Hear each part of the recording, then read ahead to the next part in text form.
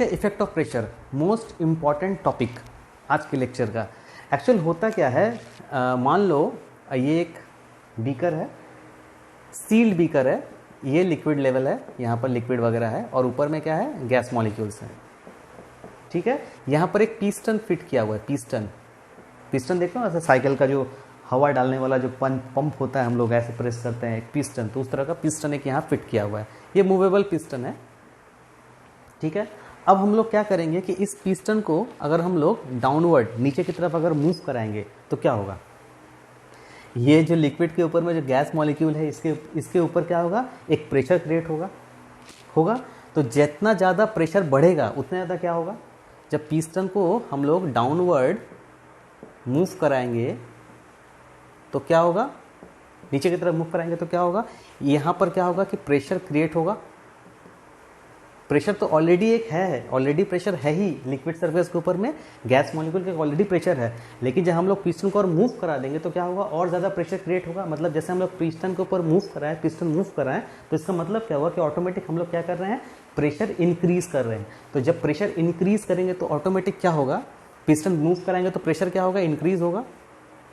जब pressure increase होगा तो क्या होगा, गैस मॉलिक्यूल्स तो ऑलरेडी मूवमेंट में था, पिस्टन किए, प्रेशर इंक्रीज किए, मतलब गैस मॉलिक्यूल और तेज़ी से मूव करने लगेगा और तेज़ी से कोलिजन होने लगेगा।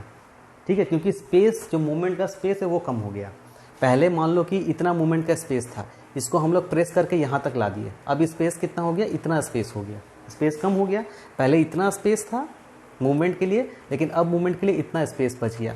तो स्पेस जब कम होगा तो फिर क्या होगा, कोलिजन भी ज़्यादा होगा। जब कोलिजन ज़्यादा होगा तो क्या होगा, अल्टीमेट जो मूवमेंट का रेट है वो भी बहुत ज़्यादा हो जाएगा। जब मूवमेंट का रेट बहुत ज़्यादा हो जाएगा तो फिर क्या होगा, जो कोलिजन विथ लिक्विड सरफेस था, यहाँ पर भी तो कोलिजन हो रहा था, वो कोलिजन रेट भी इंक्रीज कर जाएगा। वो जब कोलिजन रेट इंक्रीज करेगा तो क्या होगा, अल्टीमेट लिक्विड में गैस मॉलिक्यूल ज़्यादा से ज़्यादा सॉल्युबल होने लगेगा।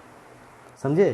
तो प्रेशर इंक्रीज हुआ, जब प्रेशर इंक्रीज होगा तो क्या होगा, जो कोलिजन रेट है, रेट ऑफ कोलिजन जो है वो भी इंक्रीज करेगा।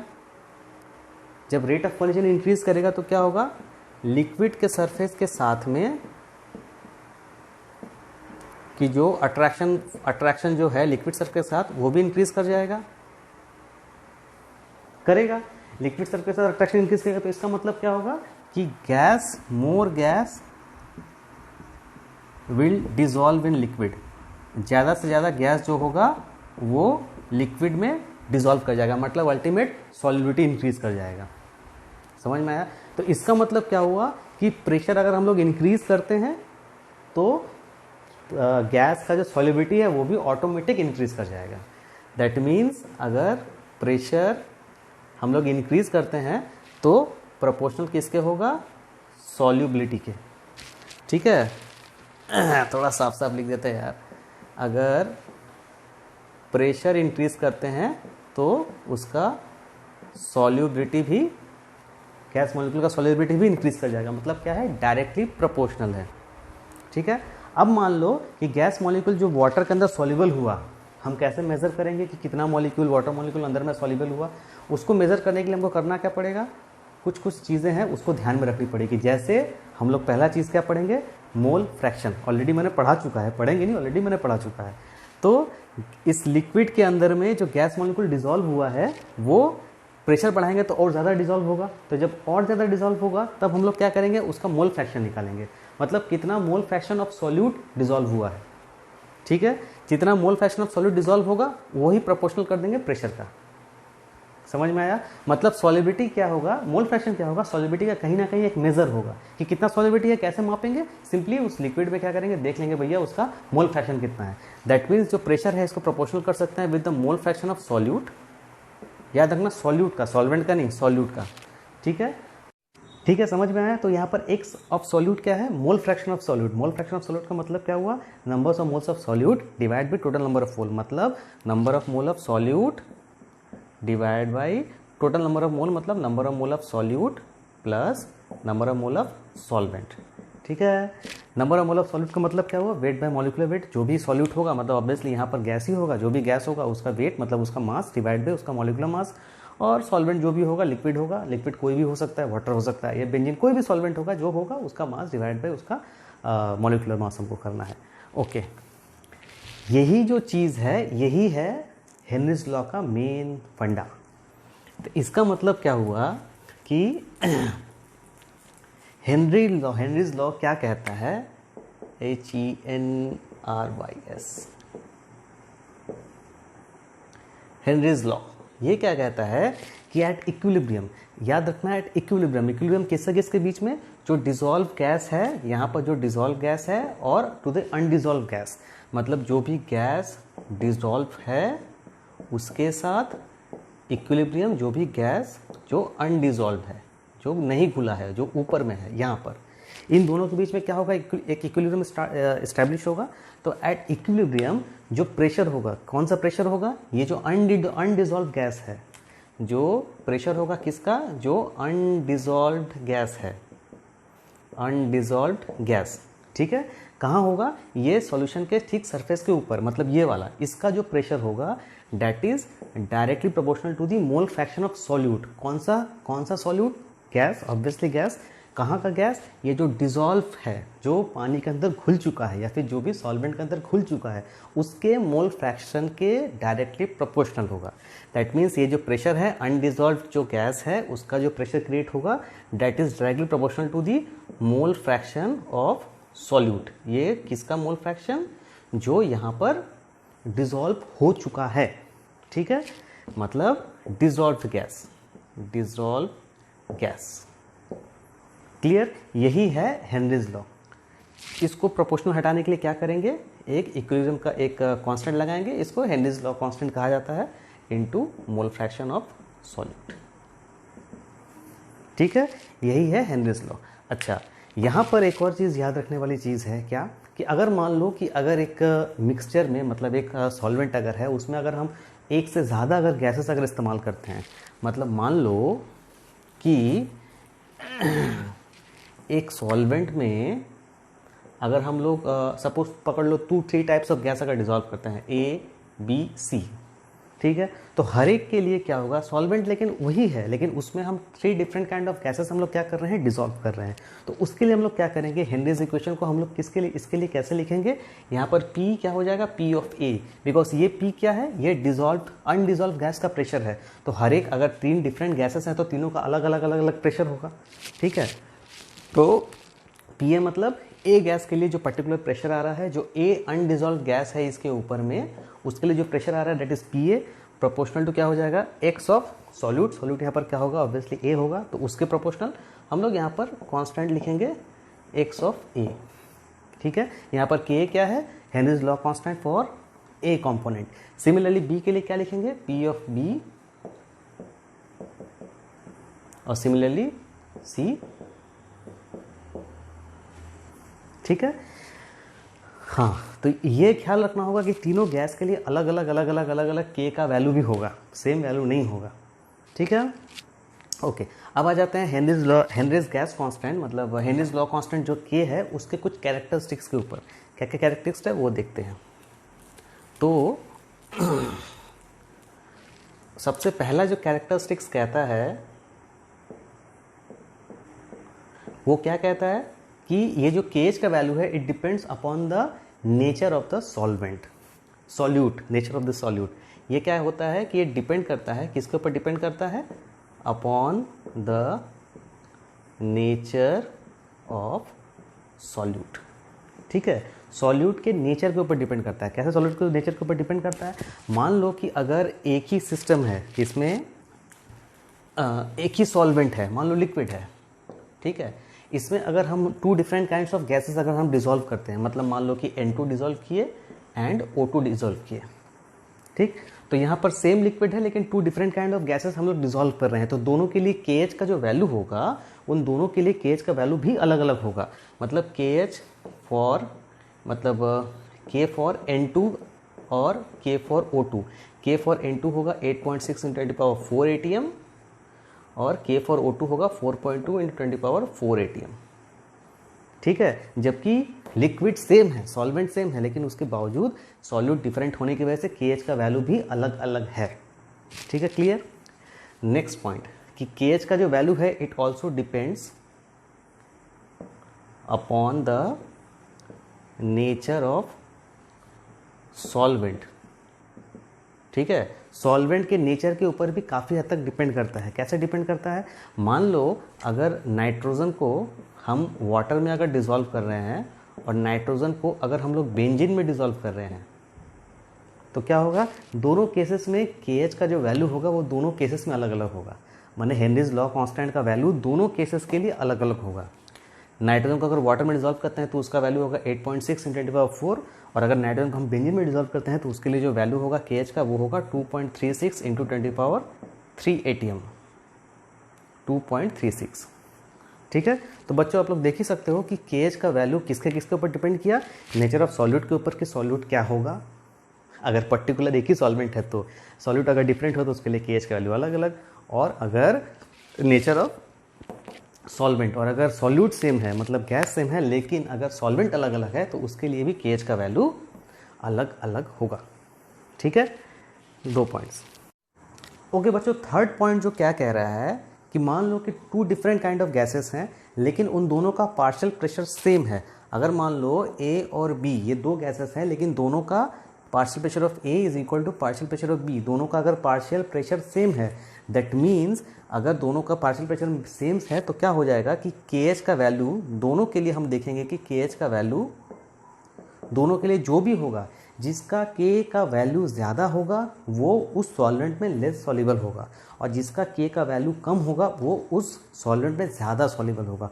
मतलब पकड़ लो कि दोनों का अगर पार्शियल प्रेशर अगर बराबर है तो हम लोग Ka मतलब Henrys law constant for solute A, उसके लिए अगर हम लोग लिखते हैं सपोज 4, और जो B है जो सॉल्यूट है उसके लिए अगर हम लोग मेज़र करते हैं तो सपोज लिखेंगे 5, तो हम लोग क्या बोल सकते हैं कि उस सॉल्वेंट में A और B इन दोनों में से कौन ज़्यादा सॉल्युबल होगा, जिसका KH का वैल्यू कम होगा वो ज़्यादा सॉल्युबल होगा। मतलब ऑब्वियसली इस KH का वैल्यू 4 है तो इसका मतलब जो A जो है मोर सॉल्युबल होगा देन दैट ऑफ B। अब बोलोगे भैया कि ये वैल्यू ये रिलेशन आया कहाँ से कि KH का वैल्यू कम होगा तो ज़्यादा सॉल्युबल होगा एंड ऑल दैट, ये आया इसी से, हेनरीज जो लॉ है इसी से आया। मतलब यहाँ पर अगर हम P को अगर कांस्टेंट करें तो यहाँ पर इस रिलेशन को हम लोग क्या लिख सकते हैं कि x प्रोपोर्शनल टू 1/KH लिख सकते हैं। इसका मतलब x क्या है, किसका मेजरमेंट है, सॉल्युबिलिटी का। तो सॉल्युबिलिटी अगर ज़्यादा होगा मतलब ऑब्वियसली KH कम होगा, या फिर इसको उल्टा करके लिखेंगे तो क्या बोलेंगे कि सॉल्युबिलिटी KH का वैल्यू जितना कम होगा सॉल्युबिलिटी उतना ज़्यादा होगा, या फिर KH का वैल्यू जितना ज़्यादा होगा सॉल्युबिलिटी उतना कम होगा। ठीक, तो यहाँ पर भी वही चीज़ है, 2 गैसेस हैं तो दोनों गैसेस के लिए देखेंगे सॉल्युबिलिटी का वैल्यू मतलब K का वैल्यू कितना है, दोनों के लिए K का वैल्यू जिसका जितना कम होगा सॉल्युबिलिटी उसका उतना ज़्यादा होगा then that of the other solute, मतलब इसके मुकाबले। ठीक है, तो थर्ड वाला क्या बोलेंगे कि अगर पार्शियल प्रेशर अगर को कांस्टेंट रखा जाए तो KH का वैल्यू जिसका लो होगा मतलब जिसका कम होगा वो मोर सॉल्युबल होगा, that will be more soluble, और या फिर KH का वैल्यू जिसका इतना हाई होगा वो उतना लेस सॉल्युबल होगा। ठीक है, ओके, ये थर्ड पॉइंट। चौथा पॉइंट एक और भी है, एक और कैरेक्टरिस्टिक्स भी। चौथा जो कैरेक्टरिस्टिक्स है वो क्या कहता है कि अगर टेम्परेचर अगर हम सिस्टम का अगर इंक्रीज करते हैं, अगर टेम्परेचर इंक्रीज करते हैं तो क्या होगा, KH का वैल्यू भी इंक्रीज करेगा, मतलब KH का वैल्यू भी इंक्रीज करेगा। जैसे मान लो कि oxygen, for oxygen KH value at abound मतलब K मतलब क्या, O2 हेनरीज लॉ कांस्टेंट का वैल्यू ऑक्सीजन के लिए एट अराउंड 25 डिग्री सेल्सियस हम लोग क्या बोल सकते हैं 4.2 × 10⁴ ये मेज़र किया हुआ है। ठीक है, लेकिन जैसे अगर हम टेम्परेचर इंक्रीज करेंगे तो अराउंड 37 डिग्री सेल्सियस अगर करते हैं तो अगर 37 डिग्री सेल्सियस करते हैं तो इसी ऑक्सीजन के लिए जो O2 का वैल्यू आएगा वो आएगा अराउंड 5 × 10⁴ ATM। ठीक है, इसका मतलब क्या होगा, देखो टेम्परेचर बढ़ाए, टेम्परेचर इंक्रीज करे तो अल्टीमेट क्या हो गया, KH का वैल्यू भी इंक्रीज कर गया। लेकिन KH का वैल्यू अगर इंक्रीज करेगा तो सॉल्युबिलिटी क्या होगा, एंटी प्रोपोर्शनल है ना, KH जो है एंटी प्रोपोर्शनल टू 1/x है, तो अगर KH का वैल्यू इंक्रीज करेगा तो अल्टीमेट सॉल्युबिलिटी क्या होगा, डिक्रीज करेगा। दैट मीन्स अगर हम लोग टेम्परेचर इंक्रीज करेंगे तो KH तो इंक्रीज करेगा लेकिन सॉल्युबिलिटी डिक्रीज करेगा। That means T proportional to KH, temperature बढ़ाएंगे तो क्या होगा, KH इंक्रीज करेगा बट 1/सॉल्युबिलिटी, लेकिन क्या होगा कि सॉल्युबिलिटी डिक्रीज कर जाएगा। ठीक है, ये हो गए चारों पॉइंट्स, चारों को बहुत अच्छे से याद करना। अच्छा, इसमें अगर कभी कभी ग्राफ भी पूछता है, एक आध नंबर का ग्राफ आता है शॉर्ट क्वेश्चन में, तो सिंपली अगर ये रिलेशन है तो अगर हम लोग सॉल्युबिलिटी वर्सेस प्रेशर एक अगर प्लॉट करें तो ग्राफ कैसे आएगा, एक स्ट्रेट लाइन पास होगा ओरिजिन से। ठीक है, अलग अलग गैसेस के लिए अलग अलग लाइंस होंगे, ऊपर होगा नीचे होगा, अलग अलग लाइंस होंगे। नाइट्रोजन के लिए अप हो सकता है, ऑक्सीजन के लिए डाउन हो सकता है, ये अलग अलग टेम्परेचर में उसका मेजर करके देखना होगा, बट जो होगा वो स्ट्रेट लाइन पास करेगा और ओरिजिन से पास करेगा। ठीक है, अच्छा अब उसके बाद आ जाते हैं इसकी वैलिडिटी के ऊपर कि ये हेनरीज लॉ एप्लीकेबल कब कब होगा, इसकी एप्लीकेबिलिटी क्या क्या है, कब कब ये हेनरीज लॉ जो होगा वो एप्लीकेबल होगा। तो ये कब कब एप्लीकेबल होगा या फिर इसकी वैलिडिटी क्या है। तो बच्चा लोग इसकी वैलिडिटी कब होगी, पहला कि when pressure is not too high, Henry's law तभी एप्लीकेबल होगा when pressure is not too high. मतलब जो सॉल्वेंट में हम लोग गैस को डिसॉल्व कर रहे हैं, जब उसमें प्रेशर बहुत ज़्यादा हाई नहीं करेंगे तब जाके हेनरीज लॉ वैलिड होगा। सेकेंडली कब वैलिड होगा, when temperature is not too low. ठीक है, जब टेम्परेचर बहुत ज़्यादा कम नहीं होगा, अगर बहुत लो हो गया तो फिर उस केस में हेनरीज लॉ लेकिन वैलिड नहीं होगा। थर्ड पॉइंट क्या बोला है कि it is only valid when the solute doesn't dissolve in the solvent, मतलब सॉल्यूट को डिसॉल्व नहीं होना है।